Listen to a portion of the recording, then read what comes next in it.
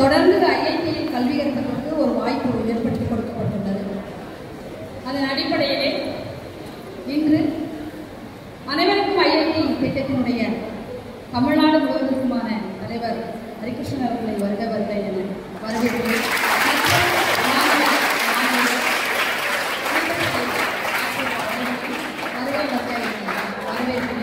அனைவரும் அமைதியாக எழுப்பிக் கொள்கிறேன். தமிழ் தாய் எழுப்பி வரவேற்கிறேன்.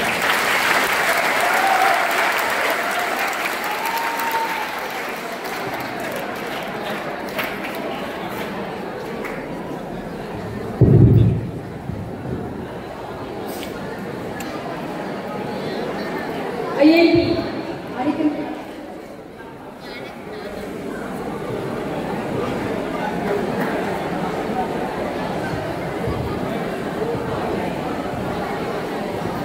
அனைவருக்கும் வணக்கம். எடுத்தோடனே கேட்டுக்கலாம். பின்னாடி எல்லாருக்குமே சத்தம் கேட்குதுன்னு நினைக்கிறேன் இல்லையா? ஸ்பீக்கர் கரெக்டா இருக்கு, டெஸ்ட் பண்ணணும் அவசியம் இல்லை. எல்லாருக்கும் வணக்கம். வணக்கம். கோயம்புத்தூருக்கும் எனக்கும் மிகப்பெரிய கணக்கு இருக்கு. அதுலயும் குறிப்பா கார்பரேஷன் ஸ்கூல் அப்படின்னா 2022 அனைவருக்கும் ஐஐடி மெட்ராஸ் திட்டத்தை முதல்ல மாநகராட்சியில் உருவாக்கணும்னு நினைக்கும் போது திரு பிரதாப் ஐஏஎஸ் அவர்கள் கோயம்புத்தூர் மாநகராட்சி ஆணையராக இருக்கும்போது RS கலையரங்கத்தில் இதே மாதிரி 12ஆம் வகுப்பு படிக்கக்கூடிய மாணவர்களோட சந்திக்கக்கூடிய ஒரு வாய்ப்பு கிடைச்சு, அந்த வாய்ப்புல முதல்ல அரசு பள்ளியில் பயிலக்கூடிய மாநகராட்சியில் பள்ளியில் பயிலக்கூடிய பிள்ளைகள் இன்டர்நேஷனல் பள்ளியில் படிக்கக்கூடிய பிள்ளைகளுக்கு ஓரளவு கம்மியா இல்லை அப்படின்றத நிரூபிச்சு ஐஐடி மெட்ராஸோட போட்டித் தேர்வுல உடச்சு முதல்ல ஒரு பொண்ணு மாநகராட்சி பள்ளியில இருந்து தான் வெளியில வந்துச்சு. அதனால எனக்கு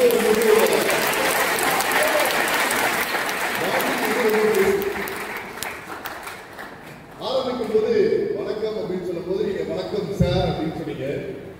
பொதுவா பேசுற மேடைகளை பார்க்கறதும் பேசுறதும் இதுக்கு முன்னாடி எல்லாத்துக்கும் நான் சந்திச்சிருக்கேன். எந்த ஸ்டூடெண்ட்ஸ் இதுக்கு முன்னாடி நான் மீட் பண்ணியிருக்கேன்? மீட் பண்ணவங்க மட்டும் கேட்குறது. இதே மாதிரி ஸ்டேஜ்லயோ ப்ரோக்ராம்லயோ யாராவது நான் மீட் பண்ணி பேசியிருக்கேன் கேட்டுருக்கீங்களா? யாரும் கேட்கணும் நல்லா கேட்கலாம். ஓகே, கேட்கலாம்.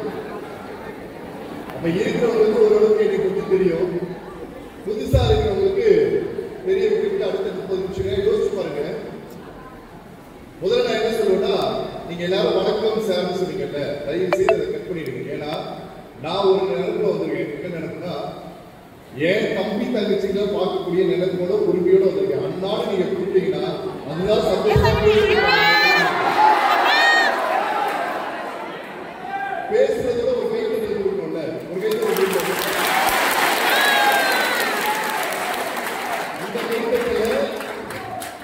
இந்த கைத்தறி நான் ஒத்துக்க மாட்டேன். நான் கேட்கக்கூடிய கைத்தறி என்னன்னா, உண்மையிலே மேலே ஒருத்தர் பேசும்போது மனசார அங்கீகரிக்க தோணுச்சுன்னா, மனசார கைத்தட்டல் தோணுச்சுன்னா, அந்த கைத்தட்டல் வெறும் சத்தம் கொடுக்கக்கூடிய கைத்தட்டலாக இல்லாம 2 கையிலும் தலைக்கு மேல வசதி கொடுக்கக்கூடிய கைத்தட்டலாக தோணுமா?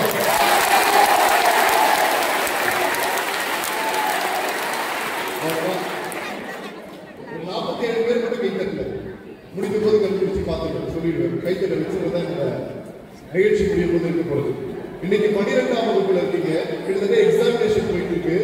இன்னைக்கு உங்களுக்கு ஒரு டெஸ்ட் இருக்குன்னு நினைக்கிறேன். மத்தியானத்துக்கு மேல ஒரு எக்ஸாமினேஷன் இருக்கு. பொதுவா எக்ஸாமினேஷன் இருக்கும்போது பள்ளிகள்ல நமக்கு வேற எந்த ஒரு விஷயத்தையும் கொடுக்கறதுக்கே யோசிப்பாங்க. ஆனா இன்னைக்கு கோயம்புத்தூர் மாநகராட்சி முழுவதும் இருக்கக்கூடிய அனைத்து பள்ளிகள் இருக்கக்கூடிய மாணவர்களுக்கு எக்ஸாமினேஷன் இருக்கக்கூடிய நேரத்துல இன்னைக்கு உங்களை இந்த இடத்துல உட்கார JEE சொல்லுவாங்க.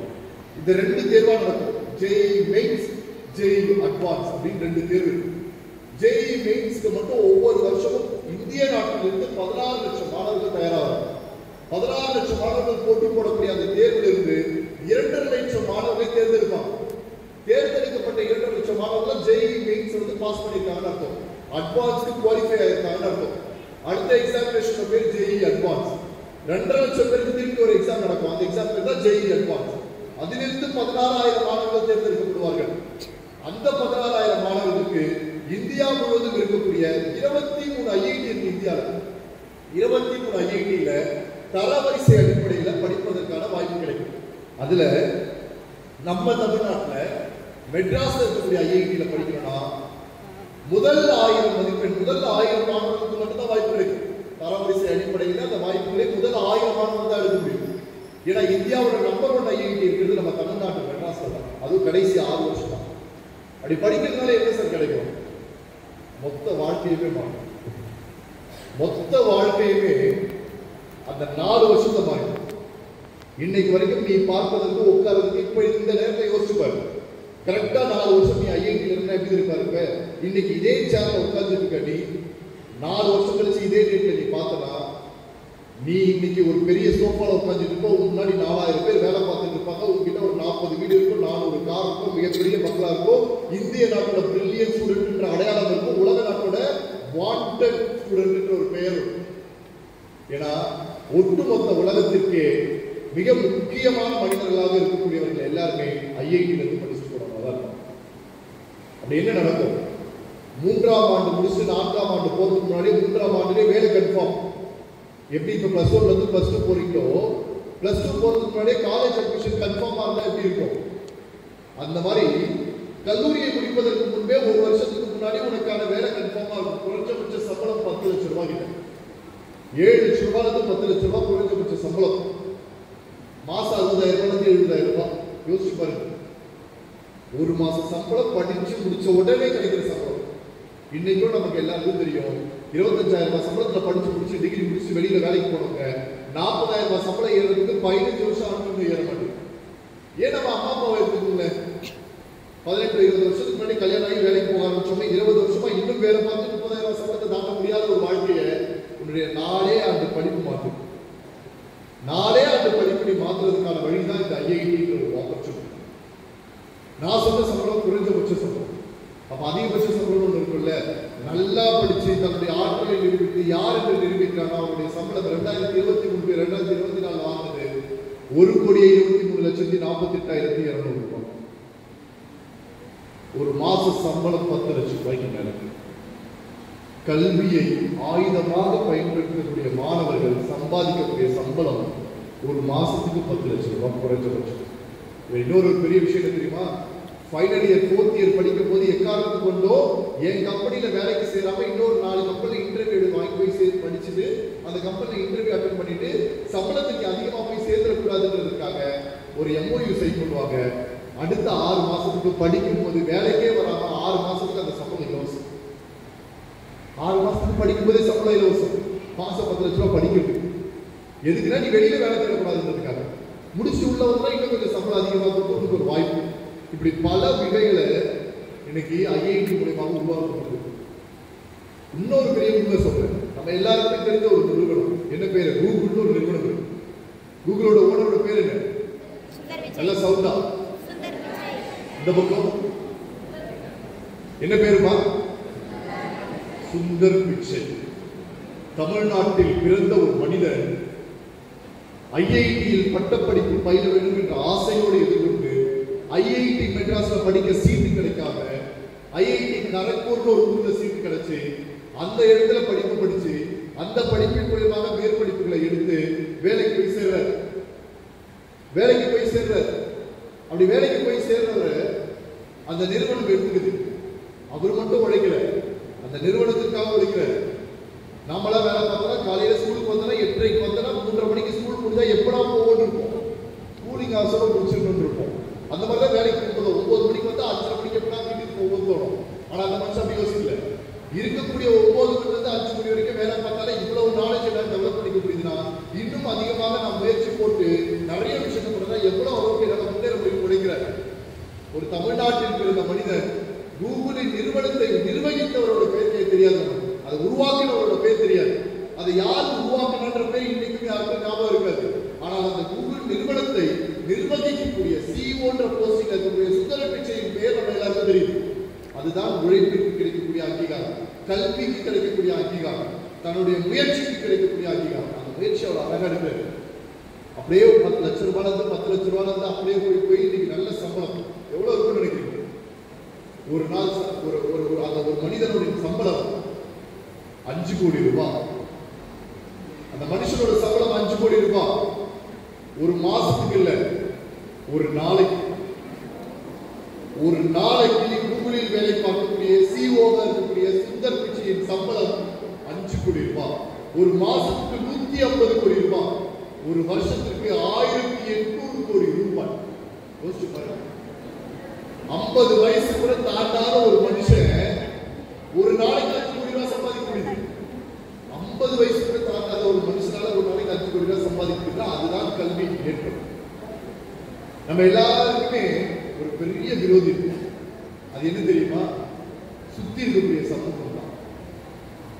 எதுவும் யார் சொல்றாங்க யாருக்குமே படிப்பு வராது, மார்க் கம்மியா தான் எடுப்பேன், ஃபர்ஸ்ட் ரேங்க் எடுக்க முடியாது, ஸ்டேட் போர்டு வர முடியாது, 600 மதிப்பெண் எடுக்க முடியாது யார் சொல்றாங்க?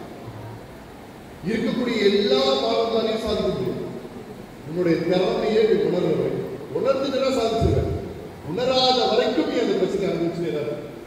ஏன்னா இந்த சமூகம் எப்படி தெரியுமா? சரியா தேடும். நல்லா படிக்கிற பையனை ஒருத்தரை கண்டுபிடிக்கும், நல்லா படிக்கிற பொண்ணை ஒருத்தரை கண்டுபிடிக்கும். என் பொண்ணை விட நீ அதிகமா மார்க் எடுக்கிறியா அப்படின்னு பார்க்கும். உடனே உங்ககிட்ட இருக்க குறைகளை கண்டுபிடிக்கும். அந்த குறைகளை உன் மைண்டுக்குள்ள ஏற்றிடும். அதுக்கப்புறம் உனக்கு வராது வராதுன்னு சொல்லிட்டே இருக்கும். ஒரு டைம் நீ டவுன் ஆகும்போது உன்னுடைய குறைகளை அதிகப்படுத்தி மனசுக்குள்ள என்னால் படிக்க வராது, எனக்கு இங்கிலீஷ் வராது, மேத்ஸ் வராது, சயின்ஸ் வராது, பிசிக்ஸ் வராதுன்னு 10ஆம் வகுப்பு படிக்கும்போது நீ டிசைட் பண்ண வேண்டும். 11ஆம் வகுப்புல இன்ஜினியரிங் சேர்ந்துருக்காதுன்றதுக்காக ஆல்டர்னேட்டிவ் படிக்கணும். எது படிக்கலே ஈஸியான படிப்பு தேர்ந்தெடுக்கணும். இப்படிதான் இந்த சமூகம் வேலை செய்யும். ஏன் தெரியுமா? ஏன்னா இன்னைக்கு போட்டியும் பொறாமையும் நிறைந்த சமூகம் தான் இந்த உலகத்துல சுற்றி இருக்கு. நம்ம நண்பர்களை தேர்ந்தெடுக்கக்கூடிய பழக்கத்தில் தப்பு பண்ண நம்ம மட்டும் இல்லை, நம்ம அப்பா அம்மா நடந்து எல்லாருமே ஒரே ஒரு காரணம் மட்டும்தான் சரியா இருக்கும். இன்னைக்கு நீங்க எல்லாம் சேர்ந்து இருக்கீங்கன்னா, ஒரு 4 பேர் சேர்ந்து ஃப்ரெண்ட்ஸ் இருக்கீங்க அப்படின்னா, அந்த 4 பேர்ல ஒரு நல்ல விஷயத்துக்காக முயற்சி பண்றீங்க. அது ஐஐடி மாதிரி ஆப்பர்ச்சுனிட்டிக்காக முயற்சி பண்றீங்கன்னு வச்சுக்கோ. இந்த 4 பேர் சேர்ந்து முயற்சி பண்ணும்போது அது நல்லா படிக்கிறவன், 2ஆவது படிக்கிறவன், 3ஆவது படிக்கிறவன், 4ஆவது படிக்கிறவன் ஒரு வித்தியாசம் இருக்கும். உங்களுக்குள்ள ஒரு போட்டி இருக்கும், உங்களுக்குள்ள ஒரு எக்ஸ்சேஞ்ச் இருக்கும். ஆனா ரிசல்ட் வரும்போது கடைசியா அந்த 4ஆவது மதிப்பெண் எடுக்கக்கூடிய சரியா மதிப்பெண் வராத அந்த பிள்ளைக்கு வாய்ப்பு கிடைச்சிடும், மற்ற 3 பேருக்கு வாய்ப்பு கிடைக்கும். அப்ப என்ன பண்ணுவோம்? ஏய் சூப்பர்ல அப்படின்னு அனுப்ப மாட்டோம். தயவு செய்து போய் கொடுக்குறாங்க. நானே தெரியாதமா ட்ரை பண்ணுறேன். ஐஐடிக்கா போகும்போது நினைக்கப்படும். ஒரு வாரத்துக்கு முன்னாடி வந்து நியூஸ் எல்லாம் இப்ப அனுப்புவோம். 10 வருஷத்துக்கு முன்னாடி யாரும் சூசைட் பண்ணிருப்பாங்க. அந்த நியூஸ் அனுப்பி அங்க சூசைட் பண்ணிருப்பாங்க. அங்க போனா இங்கிலீஷ் தெரியாம பேச முடியாம வந்து கஷ்டப்படுவோம். அங்க போனா இவ்வளவு பிரச்சனை இருக்கும். ஐஐடிக்காக மட்டும் சொல்ல, நீங்க எந்த இடத்துக்கு போனாலும் சரி, வேலைக்கு போனாலும் சரி, வாழ்க்கையில ஜெயிக்க எங்க போனாலும் ஒரு எக்ஸாம்பிளா எடுத்துக்கோங்க. ஏன் படிப்பதற்காக ஒரு அரையாண்டு தேர்வுக்காக, காலாண்டு தேர்வுக்காக அல்லது பப்ளிக் எக்ஸாமினேஷனுக்காக படிக்க முடிவு பண்ணா கூட அங்க கூட இதேதான் நடக்கும். உனக்கு கிடைச்ச வாய்ப்பையும் கிடைக்க விடாம பயன்படுத்தி அதை தந்து வச்சிருவாங்க.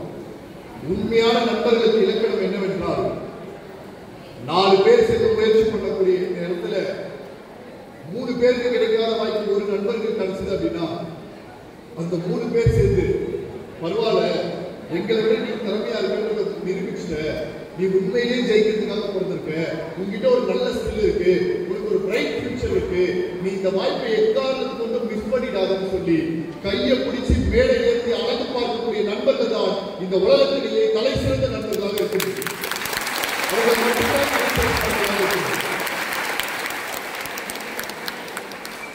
அவர்களை விட சிறந்த நண்பர்கள் தான் நம்ம கூகுளோட சுந்தர் பிச்சை சிஓ சொல்லணும். ஏன்னா தனக்கு கிடைச்ச வாய்ப்பு மட்டும் இல்லாமல் எல்லாருக்கும் வாய்ப்பு உருவாக்கி இன்னைக்கு தமிழ்நாட்டில், இந்திய நாட்டில் பிறந்த ஒவ்வொரு மனிதனும் கூகுள் மாதிரி மிகப்பெரிய நிறுவனத்தில் ஜொலிக்க வச்சிருக்காரு.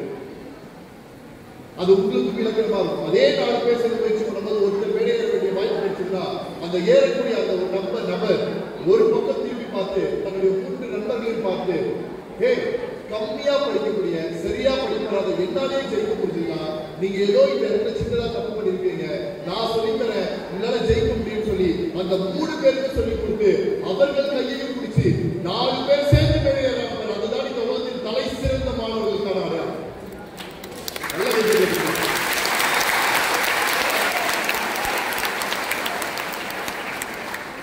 அந்த வாய்ப்புகள் வரும்போது யாரால எடுக்க முடியுதோ அவங்க மட்டும்தான் அதை ட்ராவல் பண்ணணும்.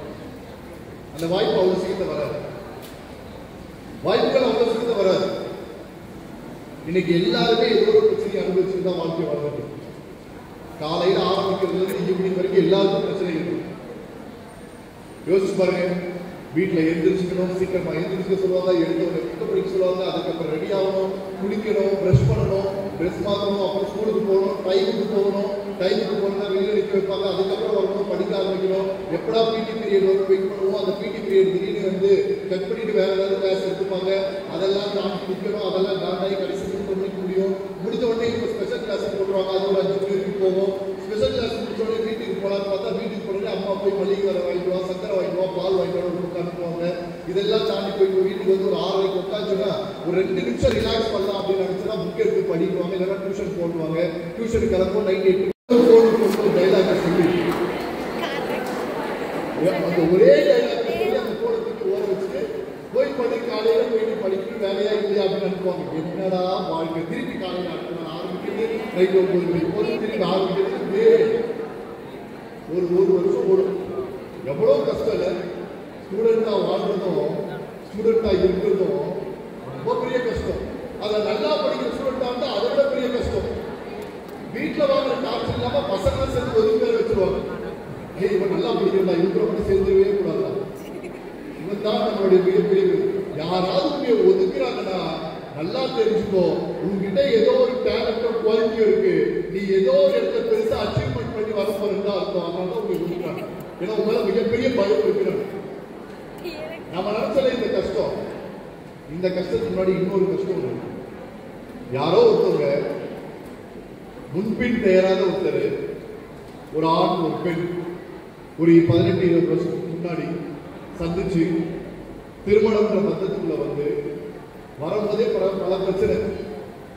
வாழ்க்கையில எந்த ஒரு சந்தோஷத்தையும் பார்த்ததில்லை, எந்த ஒரு மகிழ்ச்சியும் அடைஞ்சதில்லை, எந்த ஒரு இன்பத்தோட உச்சத்துக்கும் போனதில்லை. ஆனா கல்யாணம் நடக்குது. கல்யாணம் நடக்கும்போது கையில காசு இல்லை, வீட்லயும் எந்த ஒரு வசதியும் இல்லை. தவறே இல்லாத நோட்டுல உங்களுடைய பெயரை எழுதி